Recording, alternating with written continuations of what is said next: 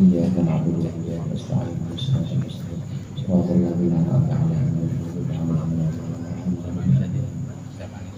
Alhamdulillahi jalla wa ala ahmaduhu ala jamil ala wa syukur syukur man ufiya minal bala asyhadu an la ilaha illallah wahdahu la syarika lahu wa la mumathila wa ala alihi wa asyhadu anna muhammadan abduhu wa rasuluhu bil maqamil a'la. Allahumma salli ala sayyidina Muhammadin alladhi ikhtasallahu bihi fadhila wa ala alihi wa sahbihi alladhina nalu abdarajatil ula amma ba'du. Fa inna astaqal hadithi kitabullah wa khairul hadi hadi Muhammadin sallallahu alaihi wasallam wa syarrul umuri muhdatsatuha wa kullu muhdatsatin bid'ah wa kullu bid'atin dhalalah. Segenap jamaah majelis taklim al-hidayah, para ustaz, para hujjaj, bapak-bapak, ibu-ibu hadirin sekalian yang berbahagia, mari sama-sama kita lanjutkan pengajian kitab Bidayatul Hidayah. Mudah-mudahan yang akan kita baca menjadi lebih bermanfaat dunia akhirat. Amin ya rabbal alamin. Bismillahirrahmanirrahim. Qala al-mu'allif rahimahullah wa nafa'ana bihi wa bi ulumihi fid dharain amin. Wa in kana laka walidani fa adabul waladi ma'al walidaini ay yasma'a kalamahuma.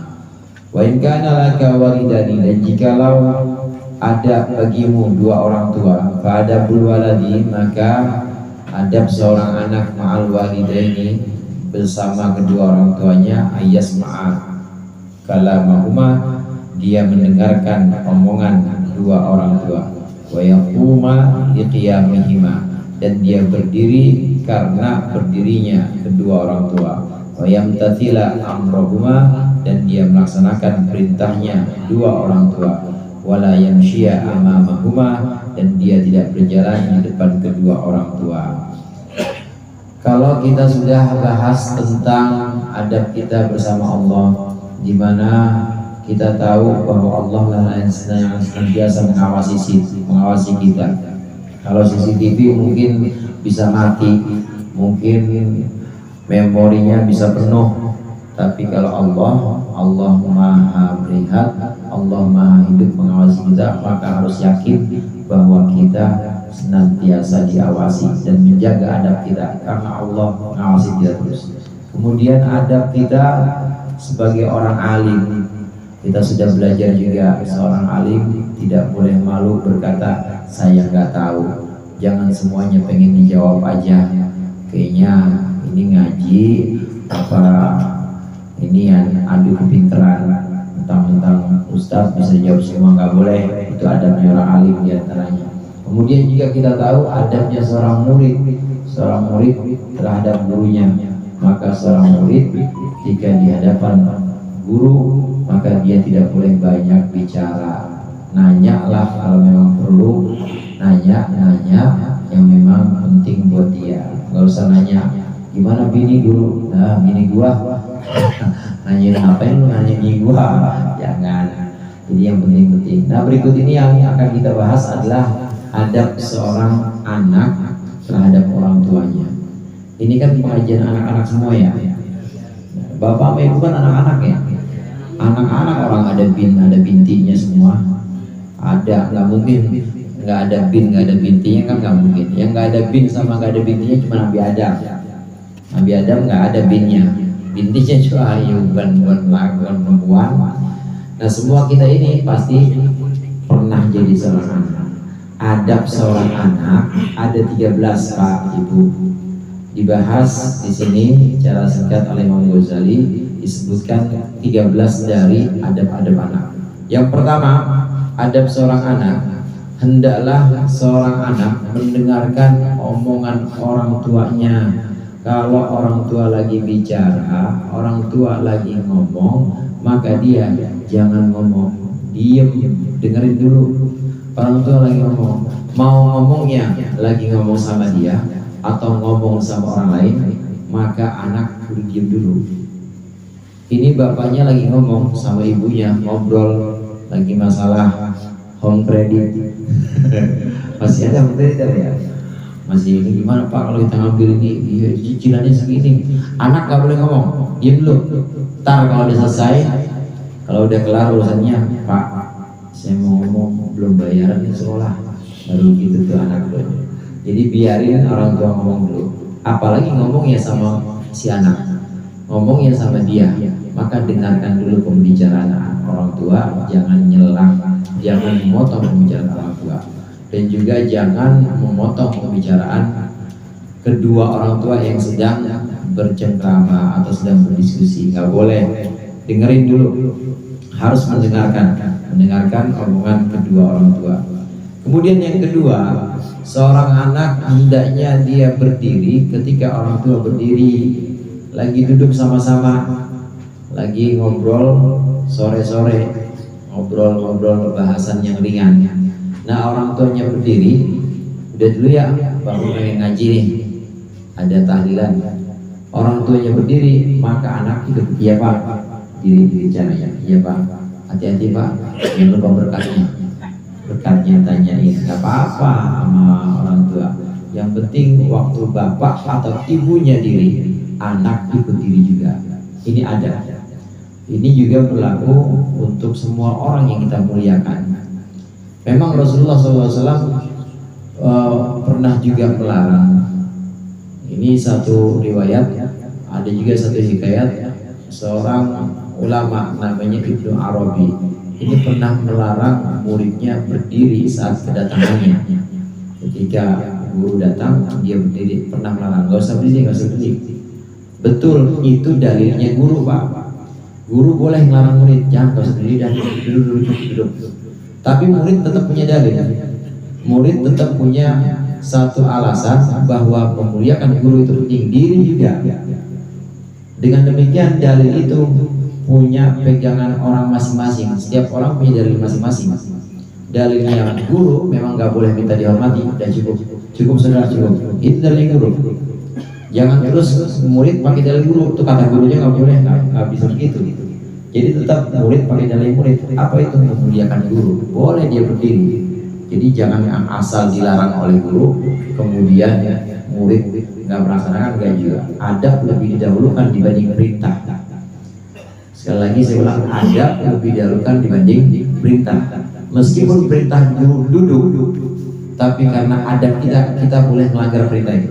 Enggak, saya mau diri aja guru, menghormati. Demikian juga Rasulullah pernah.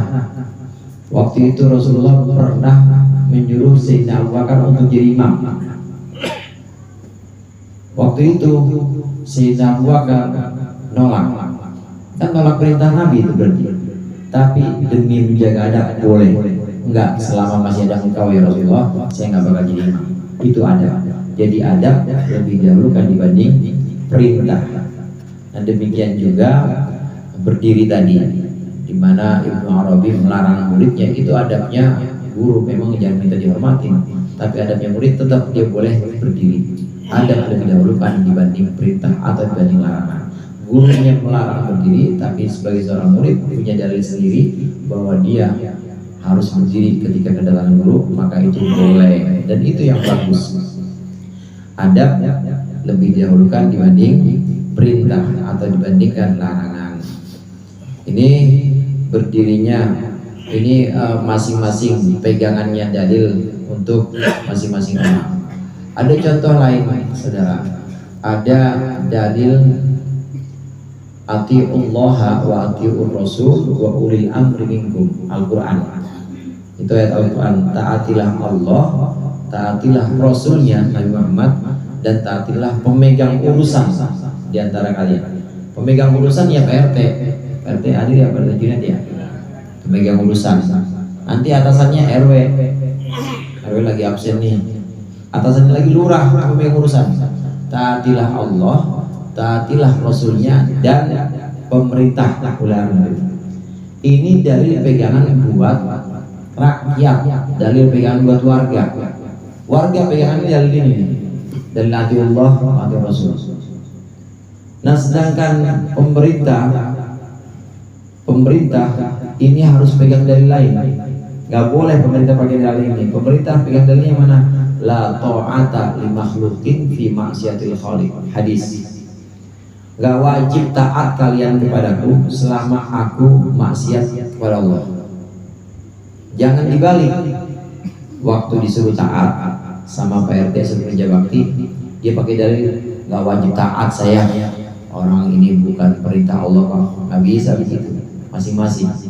Begitu juga pemerintah, Pak RT juga nggak bisa pakai, Pak RW nggak bisa pakai dalil atiullah, taatilah Allah, taatilah Rasul, dan taatilah pemegang urusan. Lu harus taat sama gua, nggak bisa. Jadi masing-masing harus punya dalil-dalil, harus digunakan sesuai dengan tempatnya. Demikian juga menghormati guru, menghormati orang tua. Ini ketika orang tua berdiri, maka hendaknya anak ikut berdiri juga. Kemudian yang ketiga, seorang anak hendaklah dia melaksanakan perintah dua orang tuanya. Orang tuanya nyuruh cuci mobil, cuci. Orang tuanya nyuruh beli terasi, beli. Orang tuanya nyuruh hadir dah, wakilin bapak rapat. Nggak mau Pak, mau kenapa? Ya rapat gitu-gitu aja nggak boleh, harus tetap. Orang tua nyuruh pokoknya sam'an wa ta'atan, pokoknya harus sami'na wa ta'na, dengerin kemudian taatin perintah kedua orang tua. Perintah ini tadi, perintah selama perintahnya ini tidak bertentangan dengan syariat Islam. Kalau orang tua nyuruh yang bertentangan dengan syariat Islam nggak boleh. Nyolong misalnya nggak boleh, disuruh maksiat nggak boleh. Tapi selama itu bukan maksiat, meskipun itu membahayakan dirinya, tetap wajib taat sama anak. Anak itu disuruh nyebur sumur, apa orang tuanya wajib nyebur Pak? Wajib nyebur. Ini bagus sudah nggak punya orang tua semua nih ya. Anak disuruh terjun ke api, wajib terjun, meskipun itu membahayakan dirinya. Ini bukan kata saya, kata Syekh Nawawi Banten. Meskipun itu memberikan bahaya atau madorot, bahaya buat diri si anak, kalau orang tua suruh wajib dilaksanakan selama itu bukan maksiat. Jadi batasannya bukan bahaya atau manfaat, batasannya itu maksiat atau bukan. Kalau perintah orang tua perintah maksiat untuk menyekutukan Allah, seperti Nabi Ibrahim disuruh jual berhala bikinan bapaknya Azar, nggak mau Nabi Ibrahim. Ya bawa Nabi Ibrahim, dibawa saudara, dijualin patungnya itu, patung, tapi ini nggak bisa ngapa-ngapain. Patung ini nggak bisa mendatangkan bahaya, nggak bisa mendatangkan manfaat juga. Patung siapa yang mau beli? Pulang lagi ke rumah bapaknya, Ibrahim nggak ada yang ngaku ini ya dagangan gini-gini aja. Iya Pak, emang segitu. Ya orang yang jualannya begitu, jualan di patung nggak ada manfaatnya, nggak ada madorotnya. Tetap jalanin jualan, tetap perintah orang. Jadi batasannya apakah itu maksiat atau bukan. Kalau maksiat jangan turutin. Seorang anak boleh tidak menuruti perintah orang tua kalau maksiat. Batasannya bukan madorot atau manfaat. Andai itu nggak manfaat tapi orang tua yang suruh, tapi juga bukan maksiat, tetap wajib dilaksanakan. Bahkan andai itu mendatangkan bahaya buat dirinya, suruh nyebur sumur, suruh lompat ke api, meskipun berbahaya, sebagai anak ini harus melaksanakan perintah orang tuanya, dua orang tua. Wala yamsyah, yang keempat, seorang anak hendaklah tidak berjalan di depan kedua orang tuanya. Bapaknya dulu yang jalan, ibunya dulu yang jalan, anak di belakang. Kalau mau jejeran nggak apa-apa, tapi kalau depan nggak boleh. Orang tua dulu yang lewat, yang jalan. Nanti anaknya ikut di belakang atau jejeran. Waktu jadi pengantin diiringin sama bapak sama ibunya, tetap jejeran, nggak boleh di depan. Bapaknya kemana, anaknya duluan gitu, nyamperin calon mertua nggak boleh. Harus di sampingnya, ini minimal di sampingnya.